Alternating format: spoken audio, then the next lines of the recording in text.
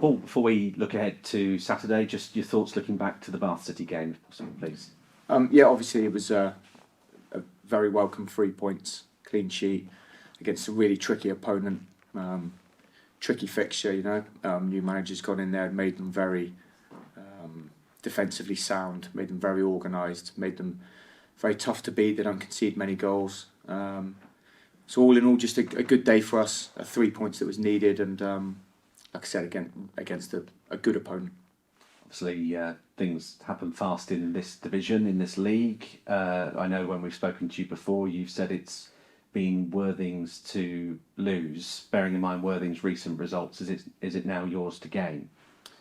I still think it's Worthing's to lose because they're top of the league with 6 games to go. Everyone's on the same games now. There's only 6 games to go. There's a good few teams in with a chance. So fortunately we're one of them. As a coach and indeed as a former player, is this one of the most exciting playoff promotion run-ins that you can remember? I think so. It's. I think it will be. I've said for a long time now. I think it will go to the last 5 minutes of the last game. The teams that are in it, it's to be embraced. It's an exciting time. I think it's probably one of the closest title run-ins. It's got to be. I don't see how it's any one title in Europe. I don't think. It's great. It's good for football. And your message, as you say there, just for the players to really embrace it and step up to the challenge. So we've got a game on Saturday that we've got to focus on. Simple as that. Aveley away. Football's to be enjoyed anyway. Listen, it's the greatest job in the world. If you're not enjoying it, you're doing something wrong. Let's talk about Aveley away. Your thoughts? Tough game. Really tough game. The manager, who I've got a lot of time for, a lot of respect. Unbelievable achievement last year to get them in the playoffs. Unbelievable achievement. He's announced he's leaving at the end of the season, unfortunately for Aveley, because he's going to take some replacing. We know we're in for a tough game. It's a long way. It's plastic pitch. They have to win. We would like to win as well. So it's going to be a tough game. When it comes to the plastic pitch, how does that change preparation for you? It really doesn't. We train on plastic for the vast majority of the time anyway. I think it got relayed this year, so it's a very, very good one. The ball moves very quick. We're playing on it, so there's no point worrying about it. First time we've seen since Manny's come back to the club. Tell me a little bit about that. He's a player that I really like. I was very impressed with him when he came down for a short period. Unfortunately, his loan got cut short with a hamstring injury. We've kept in touch with Derby. I know the agent well as well. And when he became fit again, it's a no-brainer for us to have more attacking options going into the final push of the season. So, he's a player we like, and hopefully we'll have to manage his minutes. But he's looked sharp in training, so back to full fitness. And on that note, it's deadline day today. Is there anything that you can tell us at this moment in time, Paul? Not at the moment. It's we've got a few irons in fires. There might be an announcement later on tonight, but nothing concrete as yet. Would it be 1 or 2? I don't or more. We'll wait and see. I'm hoping there's one definite. So Okay, we'll see. And in terms of how your squad's looking injury-wise ahead of the weekend, how's that looking right now? We're fully fit, other than Dylan Morgan and Matty Wanacott. There's some disappointing news with Dylan. It doesn't look like he'll play again this season, unfortunately. It's a real shame for him. But, it's part of football. It's the horrible part of football. And Matty Wanacott obviously broke his arm twice in the same arm. He won't play again this season either. But other than that, we're good. And just to confirm, what's happened to Dylan? Dylan is a bad hamstring. It's not just the hamstring; it's connected to his tendon as well. So it complicates things a little bit. So unfortunate for him and for us. Yeah. Well, good luck for the weekend. Thank you. Cheers. You're saying we've got irons in the fire possibly on deadline day.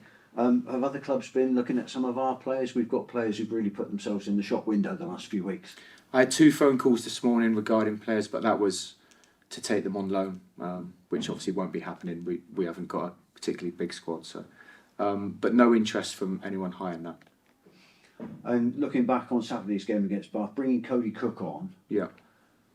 The feeling was that it changed the game, it lifted the game, playing with the 2 up front completely change the dynamic. That's what you brought Cody in for, isn't it?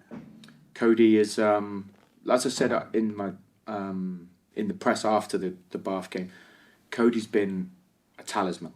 He's been an absolute warrior this season. He needed a rest. He couldn't carry the load all on his own.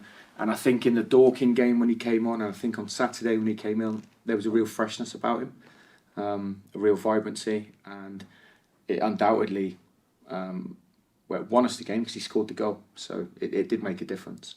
It's not a goal that's going to go on his show reel, but I'm sure he enjoyed it. I thought it was a great goal.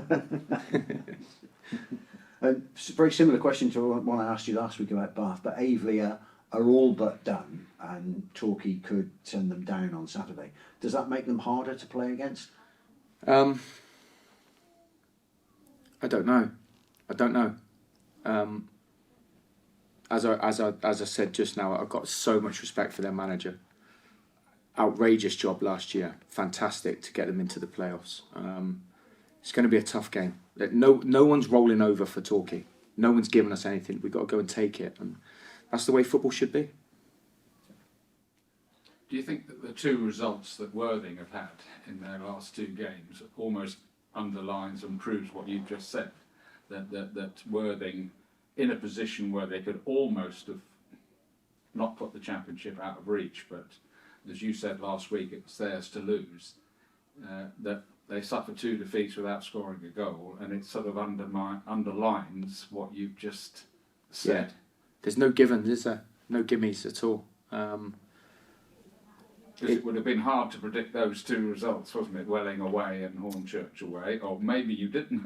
Maybe you quite fancied it that way. I think that they're two tough away games. We've lost there twice, to both those teams this year. Whether we were good, bad, indifferent, the refereeing performed, or whatever the reason for losing was, we've lost at both of them. So they're not easy places to go. It's anyone who's away at Enfield now, they're fighting for their lives. St Albans are fighting for their lives. Salisbury is still fighting for their lives. Weymouth still fighting. Aveley still, mathematically can stay up. So it's whatever motivates you more, isn't it? Does staying in a league motivate you more than trying to get out of the league? I don't know. It's a tough game. You've been in promotion races before. A lot of the squad won't have been. What are you telling them? How are you helping them get through it? It's really boring. We're going day by day, training session by training session, game by game, almost bringing that game down to half by half. Don't get caught up in looking at. Listen, human nature, Clive. You're going to look at league tables. You're going to look at other teams' fixtures. It's human nature, but just stay calm. We're in the pack, and we're doing all we can to try and be successful this season, whatever success looks like. The boys are in a good place. They're relaxed in training. There's no pressure on them whatsoever. It's pressure's elsewhere. It's not on them at all. They have to enjoy these games because some of them might not ever be involved in another promotion running again. Hopefully they are. Hopefully they are with Torquay United. Many, many more. But if you ever get fortunate enough to be in one, you just got to embrace it and enjoy it. And if you're not enjoying it and staying calm, pressure does funny things to people. So, just day by day. Well, I asked you this one last week, really, but it's still quite a topic of conversation. You said you might be looking to get a goalkeeper in for a playoff game. Ideally, would you want a keeper on the bench now? Possibly. It's all under control. Mm-hmm. It's all under control. It's under control. The Worthing's last two results, which have obviously tightened things up a good deal for everybody else. The fact that the title is now itself, whereas you quite rightly, and I think we all nodded in agreement that it was theirs to lose a week ago. Mm. The title is very much on the line, as well as playoffs. That must, I know, you know, you try not to look too much at other results and try and encourage the players not to think about all those sort of things. But the fact that the whole thing is now on the line, as opposed to, I think, we felt that maybe everybody was chasing second or third. Yeah. That must spice the mix a little bit. Yes is the answer. It's a long question and there's a one-word answer. Yeah. It's, right. Yeah. I would like to be watching it as a neutral. Yes. It's going to be fascinating. Yes. You know, but and as I said earlier, if you're top of the league with 6 games to go, it's still your title to lose. The Worthing are in the driving seat because they're top of the league with 6 games to go. Everyone else is chasing them. Like I said, pressure does funny things to people. We'll see. I mean, we're under pressure, aren't we? We're under pressure Saturday. And you were under pressure last Saturday.